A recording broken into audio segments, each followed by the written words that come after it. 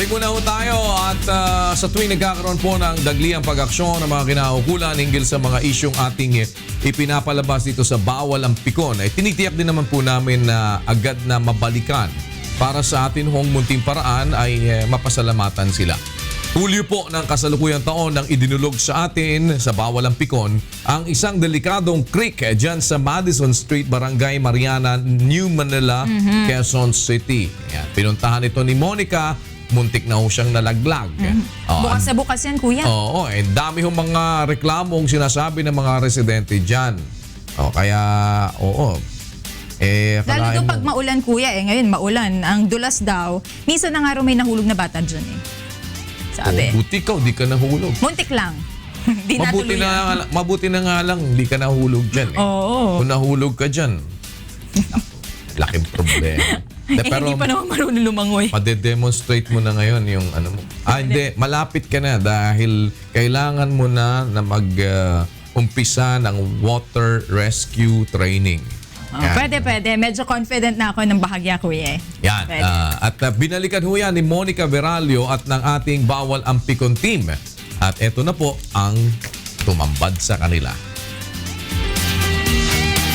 Kuya, hulyo ng kasalukuyang taon na makatanggap ng reklamo ang Bawal ang Pikon team tungkol nga sa isang perwisyong creek nga raw dito sa Madison Street, Barangay Mariana, New Manila, Quezon City na sinasabing walang harang at talagang napakadelikado sa mga residente lalo na kapag panahon ng tag-ulan. Kaya naman agad kinuha ng Bawal ang Pikon team ang pansin ng Department of Engineering ng Quezon City at nangako naman sila na bibigyang solusyon ito sa lalong madaling panahon. At ngayon nga, kuya, matapos lamang ang isang buwan, ito na po ang itsura ng inirereklamong creek. Meron na po siyang harang ngayon at bakal talaga ang kanilang ginamit na materyales na pangharang dito sa mga tao nga sa paligid. Now, kasi dati, isa sa mga sinasabi nila, kawayan lamang daw kaya madaling masira kapag umuulan o kaya masungit ang panahon. Pero ngayon, dahil nga bakal na ito, ay talagang hindi na po problema. At ang maganda dyan, kuya, hindi lamang ito yung area na nilagyan nila ng harang. Dahil halos lahat ng mga butas na nakapaligid dito sa creek ay may harang na. Ay maganda po yan, ma'am. Kasi unang-una dati, marami po kasing na disgrasya, nahulog. Sa ngayon po, the best ang ginawa na yan. Kasi para safety na po yung mga tao, nasakyan minsan. Maganda yan. Para kasi pagka umuulan dyan, malakas ang ulan, malakas ang agos dyan. Di kahit may mga tangay na tao, may mahahawakan siya. Yun po yung pasiguraduhan po namin. Pinaka-benepisyo sa amin siguro yun.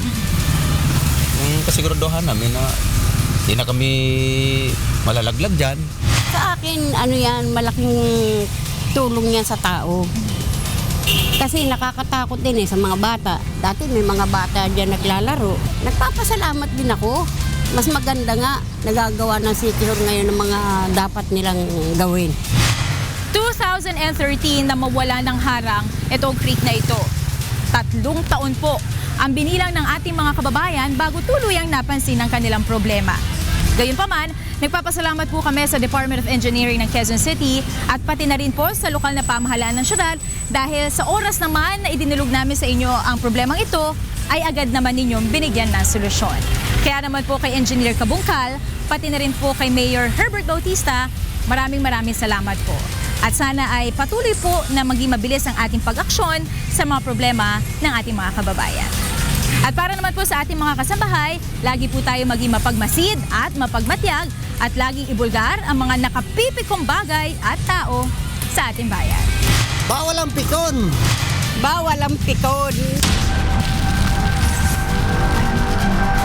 Alam mo, pinakamasarap po naman na punto yung hindi lang yung lalapit tayo para magreklamo. Diba? We also appreciate. Yes. At sa pagkakataong ito, lalapit naman ho tayo para magpasalamat. Yes. Kaya kausapin po natin ang acting mayor ng Quezon City, si acting mayor Herbert Bautista. Morning, Mayor. IC Mayor. Magandang umaga po, acting mayor. Morning and Monica, good morning. Good morning. Si Monica daw, kakausapin kayo, mayor. Monica, ayan na si acting mayor. Kanina, niloloko mo nung off-air tayo. Hindi, nagpasalamat naman tayo, Kuya. Di ba? Sinabi naman natin. Oo And nga. gusto ko ring i-mention yung si Engineer Kabungkal ng Engineering Department ng Quezon City, Mayor, dahil sila yung talagang tinawagan natin at nakausap natin about this problem. Although, yun nga, 3 Pero years... si mayor ang nag-utos doon. Si acting mayor ang nag-utos doon. Oo. Pero of course, si Mayor, gusto natin pasalamatan, di ba? Pero, Ayan, kausapin mo nga si acting mayor. Mayor, marami po salamat. Although kasi minsan na atang natin na nalapitan din yung barangay, meron po talagang balakata dito, gagawing riprap yung area. Meron na daw resolusyon na naipasa, pero hindi pa yata nabibigyan ng approval mula sa inyo pong Paano po ba yan, mayor? Ay, Opisina. hindi pa ba na-aprobahan ng mayor nyo? Hindi pa. Hindi. Kasi yan, yung riprapping kasi, dalawa kasi ang inaasinta natin dyan. Una, titignan natin yung kabilang gagawin ng ilog kasi yan eh. May ginagawa ang DPWH sa kabila na baka i-extend nila yan sa Quezon City side, no? So, yun ang hinihintay natin kung gagawin ba nila o hindi. Kasi ang ginamit ng DPWH sa kabila, piles.